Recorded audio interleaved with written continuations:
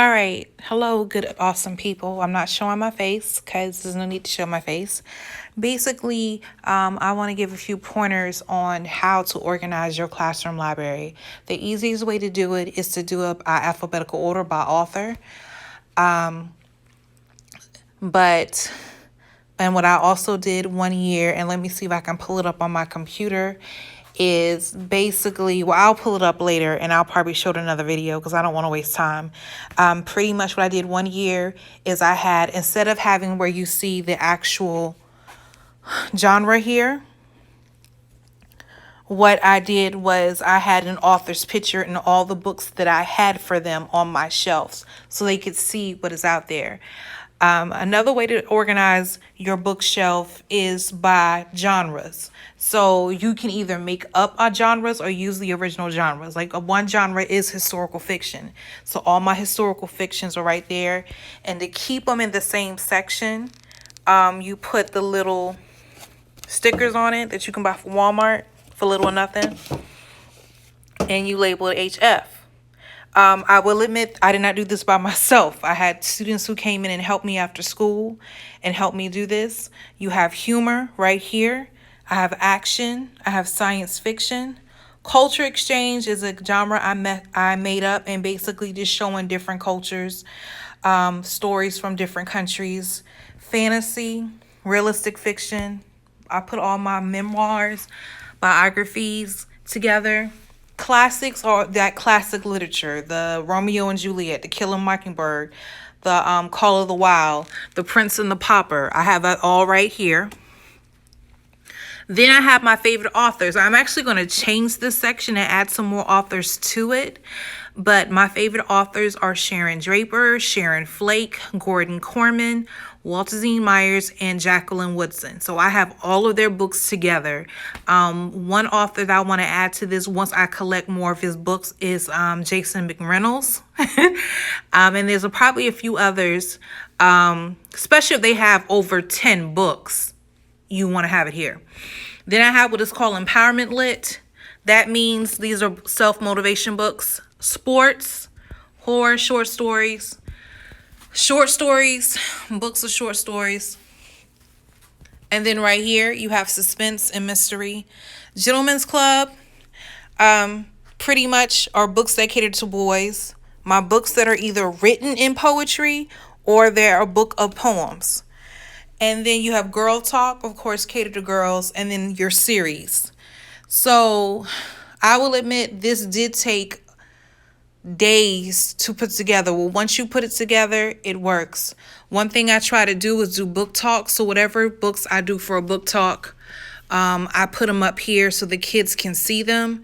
As you can see, there's no books up here because I haven't decided what I'm going to do.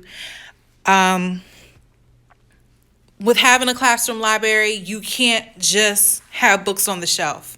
You have to talk to the kids about the books on your shelf. So I recommend at least once a week, you take a book or two and you have a book talk with them. You talk about the book. Some of these books have what you call book trailers, where it's pretty much like a movie trailer, but it's about a novel. So I strongly recommend doing that. Again, no more than once a week. You do one or two books that would cater to your girls, books that would cater to your boys, or just one book, period. If you do that once a week, easily, you should cover enough books on your shelf. Some of you like, well, how did you get so many books on your shelf? I looked up where when I was going into the classroom my mother was coming out of. She was still in education, but she came out. She gave me a lot of books. I had another young lady, as she was retiring, she gave me her books. I will admit I came out of my pocket and bought a lot of books full price. That I don't recommend because there's so many ways you can purchase books for little or nothing. If you have kids that order from Scholastic, you can earn free points and earn free books that way. Another way is to go to your local thrift stores, your local Goodwills. They sometimes have books for as low as $1. Another good place is Ollie's. Ollie's, OLLIE''S.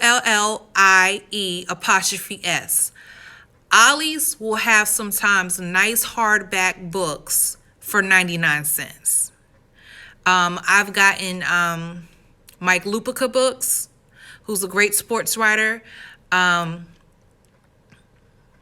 Basically, I've gotten 2 of his books I know for 99 cents, hardback books for 99 cents. Amazon is a lot cheaper than Books A Million and Barnes & Noble, even with your discount. There are books I bought from Barnes & Noble, and they're going to charge you the price on the book, which is $17.99 for a hardback sometimes. And I remember getting it for almost $10 on Amazon. There's also other websites out there, if you just do your research, where literally you can get used, but they're gently used books from Amazon and other websites to build up your library. And I can't seem to find the thing I wanted to show you. And let me see if I can find it.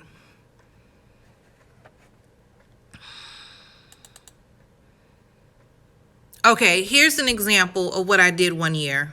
Let me see if I can flip it. All right, so what I did one year is, at the time, I had all the books by this particular author. This author is Victoria Christopher Murphy, and she had a series called Diva. So I had all her books on my shelf, and I had it standing out right where her books were. And then I had these 2 authors. Mike Lupica, again, is a famous author. You've probably seen him on ESPN. He's a sports writer, and he also is known for writing a lot of young adult sports fiction. And then you have Robert Lipsyte. I might be saying it wrong. The Contender is a very good book. I really did enjoy that. I have not read The Chief. Mike Lupica is one of those authors. I have not read his work. I feel like I need to, but I haven't. Because he's a sports writer, and I love his commentary on ESPN. Let me see if I can find another one so y'all can see again how to do the posters. Matter of fact, and I actually had what is called Authors Wall of Fame, where I put all the authors and the books I had by them on a particular wall. I did not do that last year.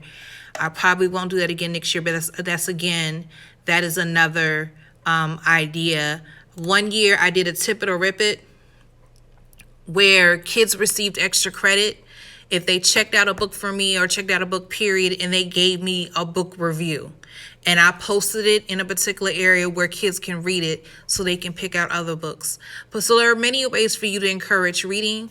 Another thing I highly encourage, we did what was called SSR, where kids, on a particular day, each content level had to read.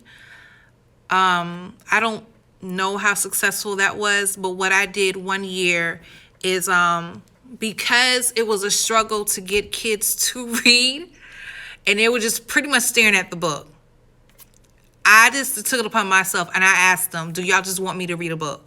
And they said yes. So what we would do is, as a class, we will pick a book. I will recommend a book to them. They will tell me yay or nay, and I will read that book out loud to the class for 10 or 15 minutes once a week. You don't do this every day.